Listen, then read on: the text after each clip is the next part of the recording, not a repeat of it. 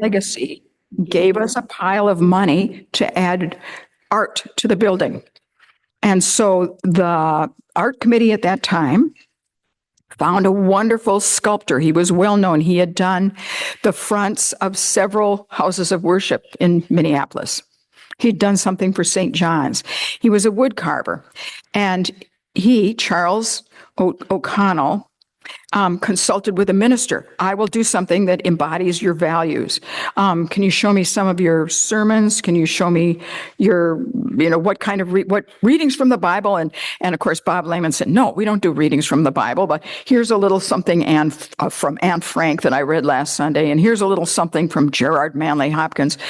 And Charles O'Connell wove it into this wonderful wood piece, a many-paneled wood piece that hung in our entryway. And some of you remember it. There was a skeleton in it. It was very much about the human spirit rising over the horrors of the Second World War. It did have the word God in it. And this upset somebody who came into the church at night and scraped up that panel. Yeah, we had to take it down. And I share that horrible story with you because is this the part of humanism to destroy human art? We still have the panels, and there's some people my age who still remember how scary it was to look at the skeletons. But that is just something to think about. Are we so tolerant we tolerate the intolerant? To quote a friend of mine. Bob Lehman left us in 1978, and I don't think we had an interim again this time.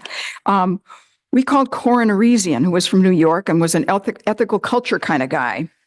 He gave very, very dense, current event-filled sermons. And you usually had to take notes and write down words that he used and then go home and look them up in the dictionary. That's what we did in my family. He gave increasing attention during his time here to encouraging humanist training, humanist groups around the country, and humanist training for humanist leaders. He was also very interested in supporting the speaker series. And this speaker series, we continued the Salkin lectures, and he found the money. So we had the endowed Curry lectures and the Dietrich lectures. I just have to read you the names of some of the speakers who came here. It's pretty impressive. Several Unitarians that signed the Humanist Manifesto and so forth, but also names that'll be familiar to you as writers: Carol Bly, Robert Bly, other writers. Oh my gosh, a lot of civic leaders. Tony Buzza, who was, I believe, was he Minneapolis? Chief of police. Shirley Chisholm spoke here. Noam Chomsky. Senator Frank Church, Senator Don Fraser, let's see, the writer Bill Holm, Herbert Cole, who was working on children's, the failing education systems for kids in the inner city, George Latimer, Mayor George Latimer, Judge Miles Lord, Rosalie Wall, another judge, Bertrand Russell, good Lord. It's pretty phenomenal who came here. Marion Wright Edelman, too. Of course, you do remember Pete Seeger played his guitar here in 1958, but that was before.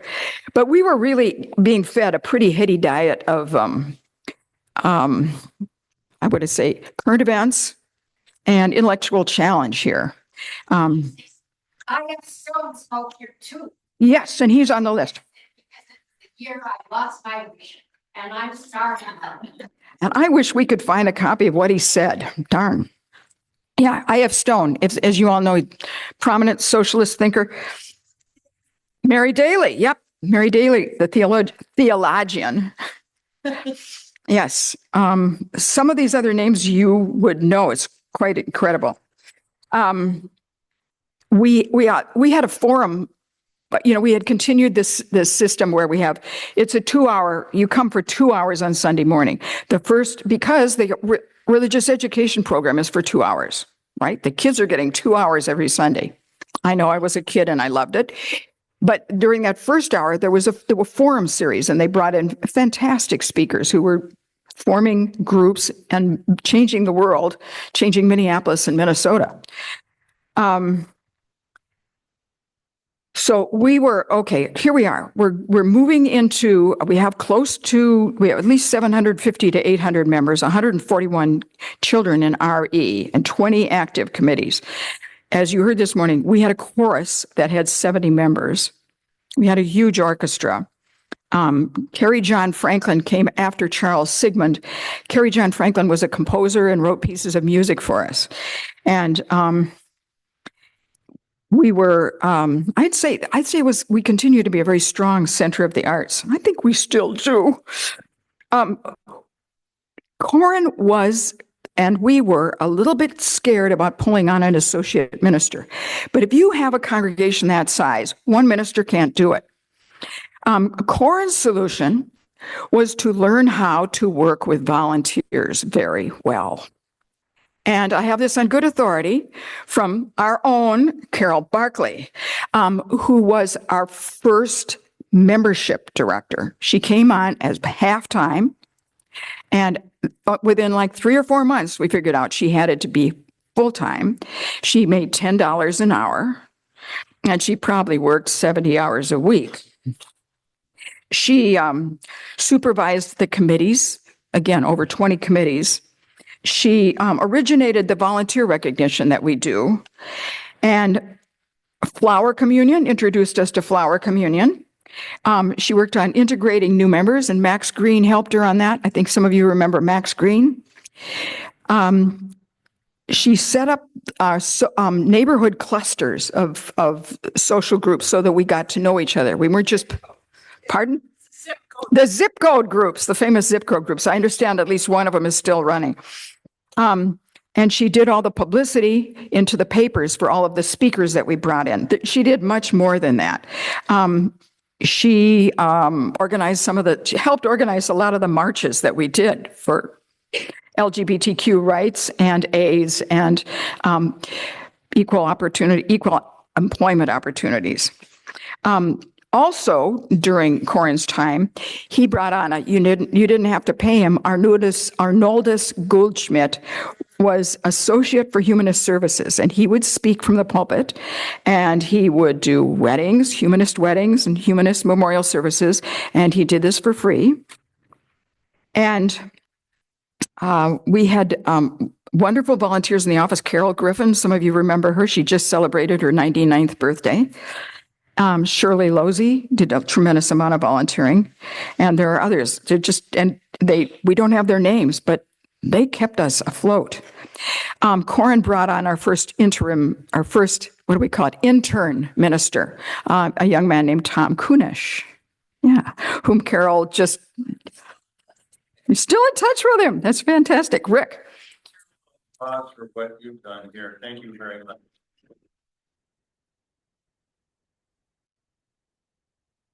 It was tremendous. What would we? Yeah, and then you finally left us $10 an hour. That doesn't really cut it, We're in the 80s. We're in the 80s now, and Carol was with us for a good. How many years were you with us? About 5 years. Yeah. We did have. We had very lucky to have directors of religious education who knocked themselves out too, Beth Brownfield, and it was pretty phenomenal. It was really all hands on deck to keep this thing afloat. The other way that Corin thought that we might actually cover all the bases was he said he'd be willing to be co-minister if we got another co-minister. And so in 1991, we called Ann Oden Heller. They were co-equals, and she was really strong on organizational skills, and she was really big on feminism. So she got Corin to do these things called fireside chats with anybody who wanted to come and talk. We now do cookies with Revulin, which is a lot less flammable, but equally intelligent. Yeah, you should come. There are cookies. Come on. she had, in addition to the women's group, which was well established, the Alliance, she also formed a subgroup of that called the Ladies Sewing Circle and Terrorist Society. And she's the one who thought of the retreat to the woods for families, a whole weekend in the woods, which we keep up today. Huge organizing event, but a big hit. We decided we needed a mission statement. So I don't know how many of you participated in making a mission statement. It's a big, grueling process. Anne was a pusher for that. And another thing that she spearheaded, along with Marianne Lundquist in this congregation, and several members of the Minnetonka Unitarian and Wayzata Unitarian groups, helped assimilate Tibetan refugees to Minneapolis. Minneapolis, I don't know whether you realize it or not. Okay, so the Tibetans had, those who could, escaped into Nepal and then into India and were welcomed to this country. A fifth of them came to the Twin Cities, a fifth of them. And we stepped forward and volunteered to teach them how to drive. They lived in our homes. Becca, do you have some remembrance of this? They were not refugees. They had to be considered immigrants, so they had to work as soon as they got here. Okay. I'm going to repeat that, unless you want to come up and speak from the, okay. So they were not refugees. They were considered immigrants. And so as soon as they arrived, they had to get jobs, which meant we had to partner with them one-on-one to get them places. And they did not drive. They had to learn how to drive. They didn't have homes. Some of them stayed with us. This was a huge process. We worked with them from 1991 to 1993, and they brought more of their families, and now they're, a large and proud part of the Twin Cities. I remember going into a Tibetan shop not too long ago, and I was wearing my little, flaming chalice necklace, and the gentleman who ran the shop came out and pointed at it, and with a big smile on his face. The picture that we showed you this morning, we showed you one picture of us on an AIDS awareness march, and we also showed you a picture of the Tibetan monks coming here in gratitude and playing music for us and doing a ceremony of thanks for us here. And I don't know if those are kind of hard to get. Oh yeah, it's a badly taken picture by a bad photographer myself. That you can see the monks on the left side here, and thanking all of us. We're pretty riveted, and I'm glad we did that.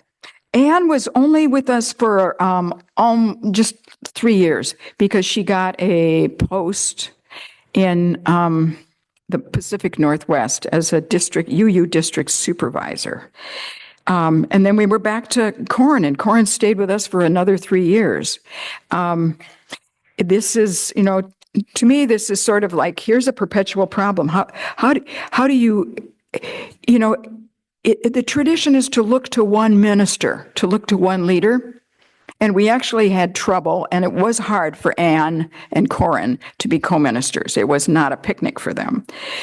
How do you do that? And yet you have to take care of so many people. How can one minister cover all of the bases? And that was a problem we tried various ways to deal with, but I'm not sure there is a perfect way to deal with it. It helps if we have more money and don't have to pay somebody $10 an hour as a volunteer, of course. I prepared all that for you this morning, and I'm very open to things you remember from this period or questions you may have. And I have a microphone so I can come around and hear your thoughts. Carol.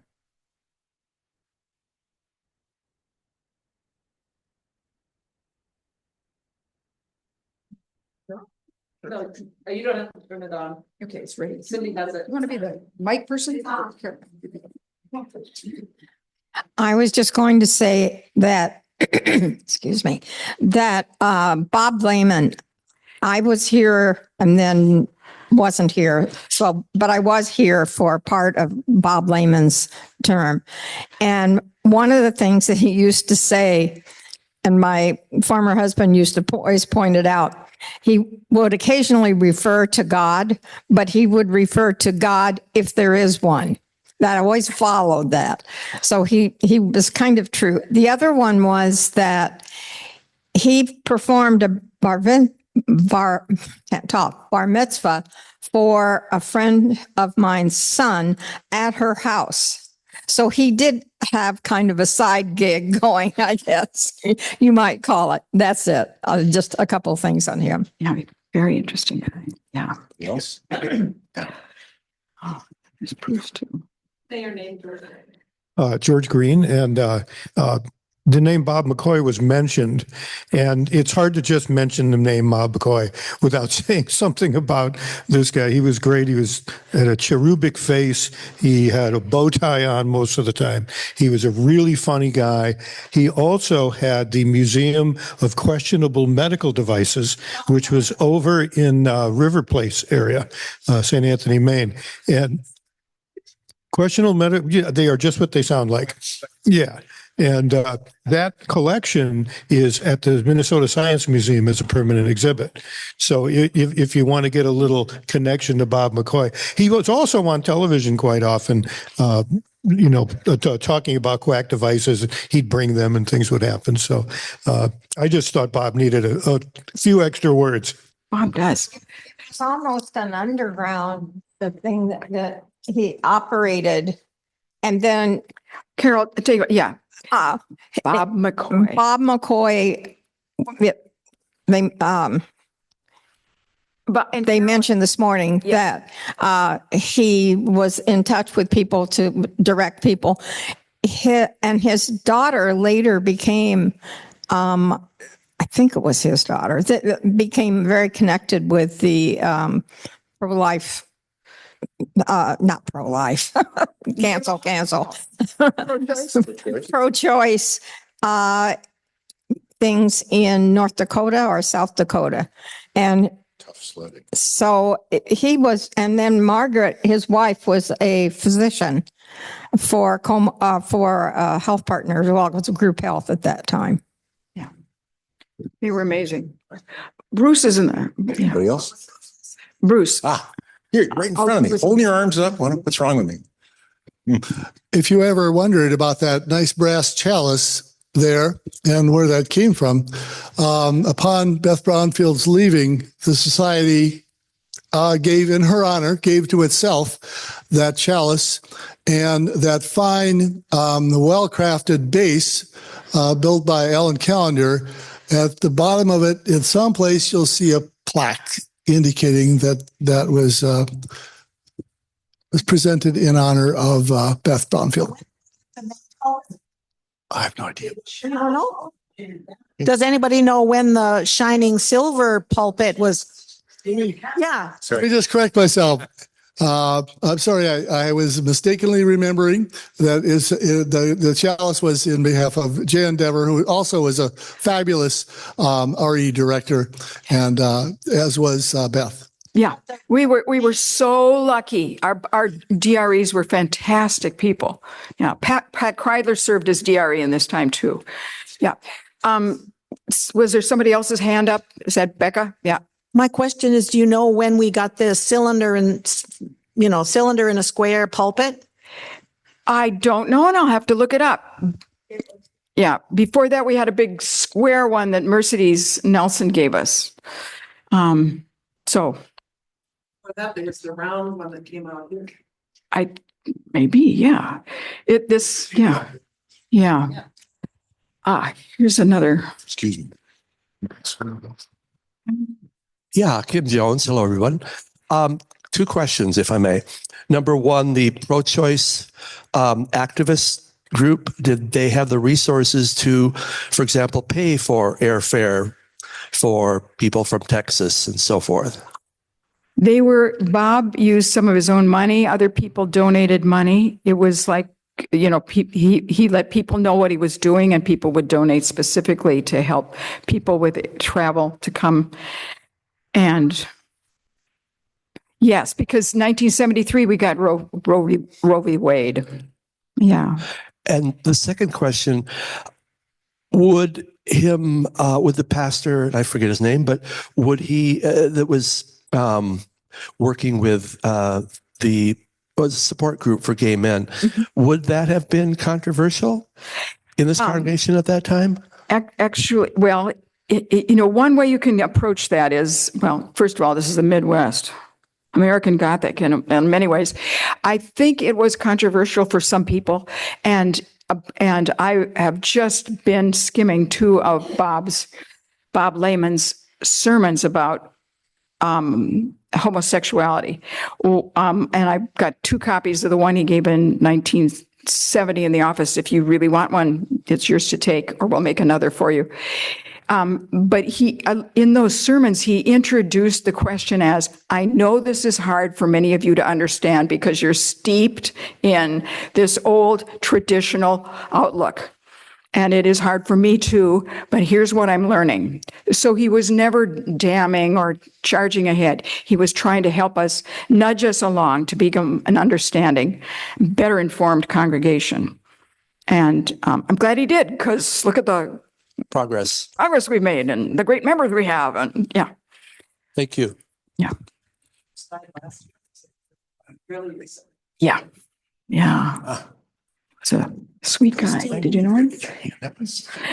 I have very dim recollection, Wendy, but I think the first time that Bob Lehman gave a sermon on homosexuality was on Mother's Day. And I can recall that being a tad bit controversial, not because of the topic, but because it was Mother's Day, and a fair number of the people had brought their mothers to the event. And this would have been when we were maybe in high school, or I'm a little vague on that, but I do remember that. It was not that they were talking about it, and that didn't bother people. It was just maybe not Mother's Day. So. That happened at FUS also. Oh, golly. Well, there we are. How many members do we have now? How many members do we have now? Oh, statistician? I don't know the exact number. I think it's about 390. 390. So we're like close to 400. Yeah. Adele. I think too, we have to remember the baby boom hit. So we had this large RE program going. Okay. People on Zoom can't hear. Okay, yeah. That we have to remember that there was a baby boom that was coming in. So we brought our kids here for the baby boom. I came because of Noam Chomsky, but the kids came for. But that was where RE swelled, and that's our next. Yes. Program. Yeah. Yeah. And you're going to help me with the next presentation, which will be in June. We're going to do another History Smash in June, and to try to bring us up to current times. Adele's going to help. George is going to help. Carol, right in front of you. Me again. Yeah. Me again. During the time that I was here, we had a pretty good sized population of gay men. And it was because during AIDS, and they were not, as a group, really welcomed in a lot of congregations throughout the Twin Cities.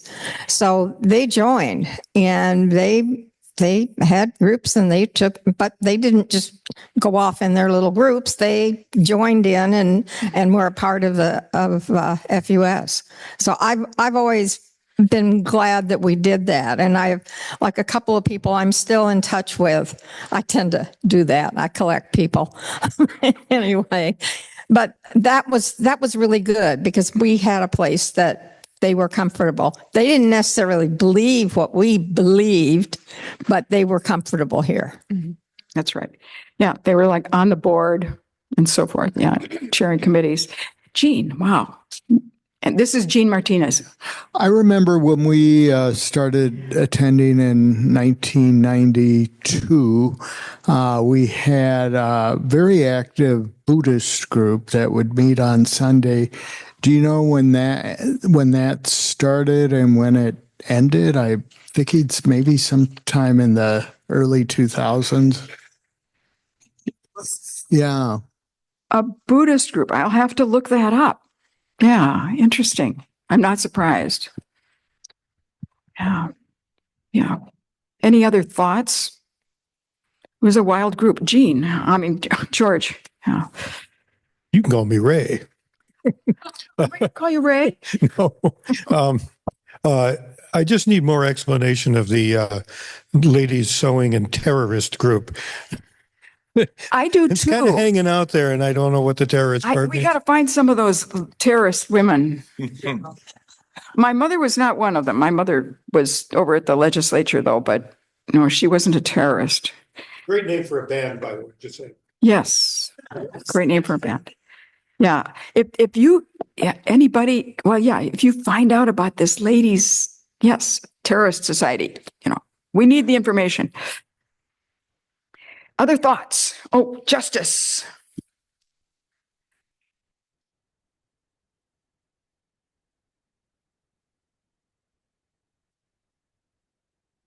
I just got to say, I absolutely have loved the History Smashes because it's been very powerful to hear the background and the knowledge, as well as the vibrant history that we have of activism, of connection, of humanity, of embracing and finding beauty within all individuals, as well as just pushing forward. And so I just want to really thank you, Wendy, for bringing that. And as I don't think I'm young. I'm 42, so I don't think of me being young, but I am in many aspects. I'm very new to FUS. And so my question, of course, because we have so many wonderful people who were a part of this vibrant scene in the 70s, 80s, and what we're going to hear in our next one in June as it hits into the newer period of time. All this vibrancy, what does that mean to us now? Mm-hmm.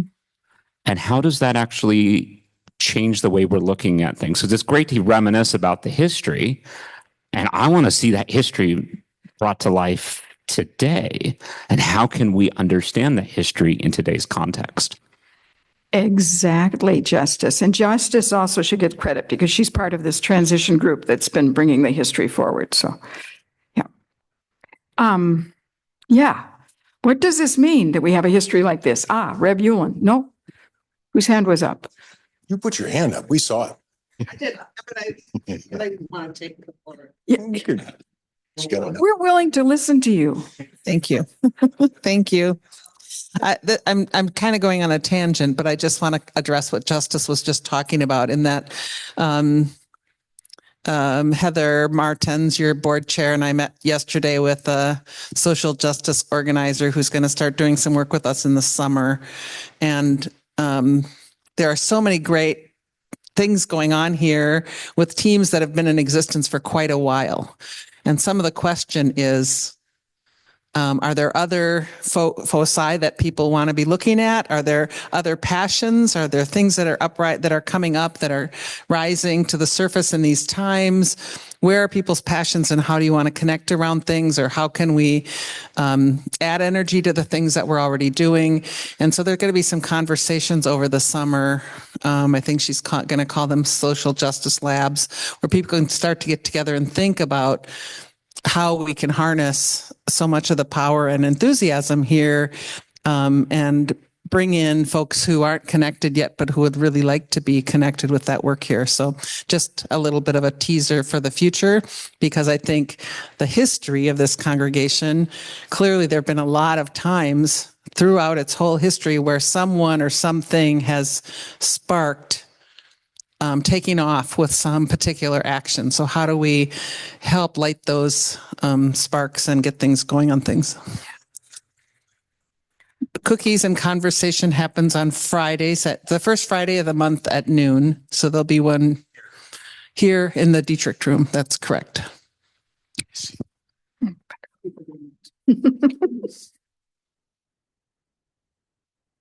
And remember that Becca Brackett here, Corin's wife, organized what became people person to person. Lee McKay with Somali refugees coming in.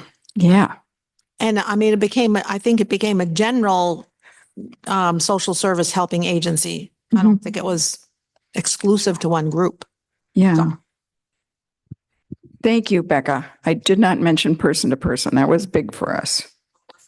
It was Somalis. Oh, that was the first group of Somalis to Minneapolis, and we gathered resources for their homes to help them set up, find apartments, have cooking pots and bedding.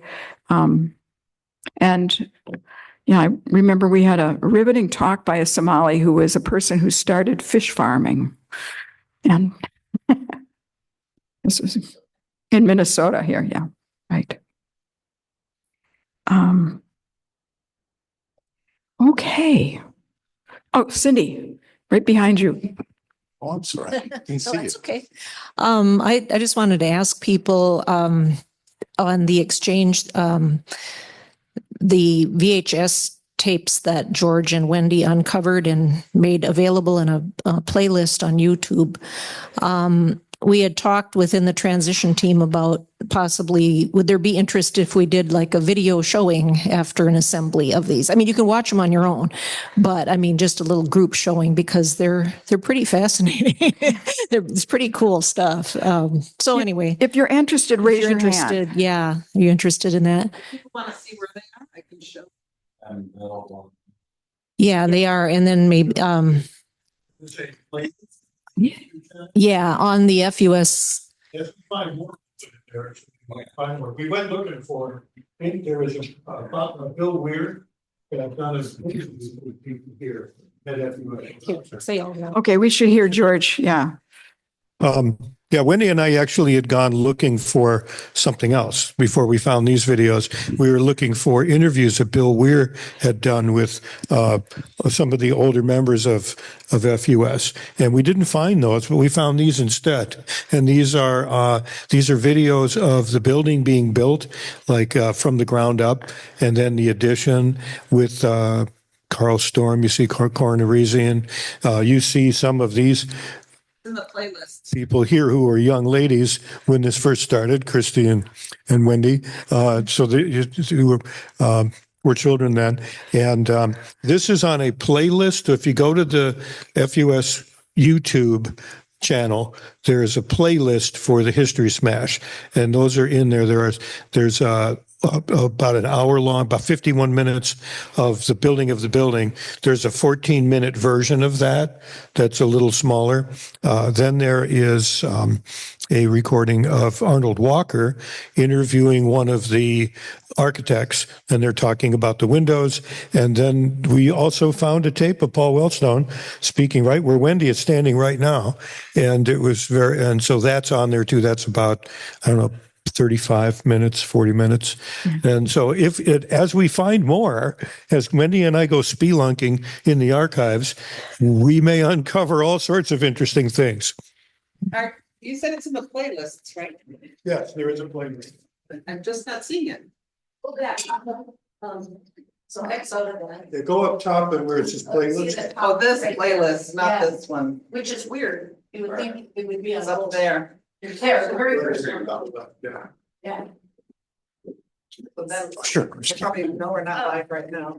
But anyway, find it again. Anita Martinez. I remember that Bill Weir had his own TV show. Yeah. And so doesn't that entity have some of his recordings? I don't remember what it was called. That's the problem. I'll see if Fred still has some of them. And Oh, yeah, sorry. Excuse me. I think that, oh, go ahead. Slightly off topic, but it didn't get mentioned today, but it does have a lot to do with people of color. Today is the 5th anniversary of George Floyd. Just wanted to mention it. Worth mentioning.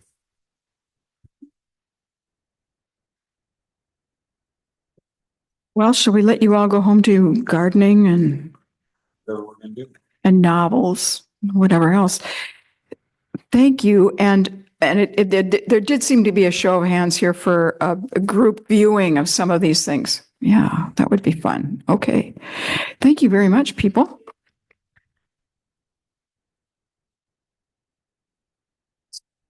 They turn it off. Harrison, so.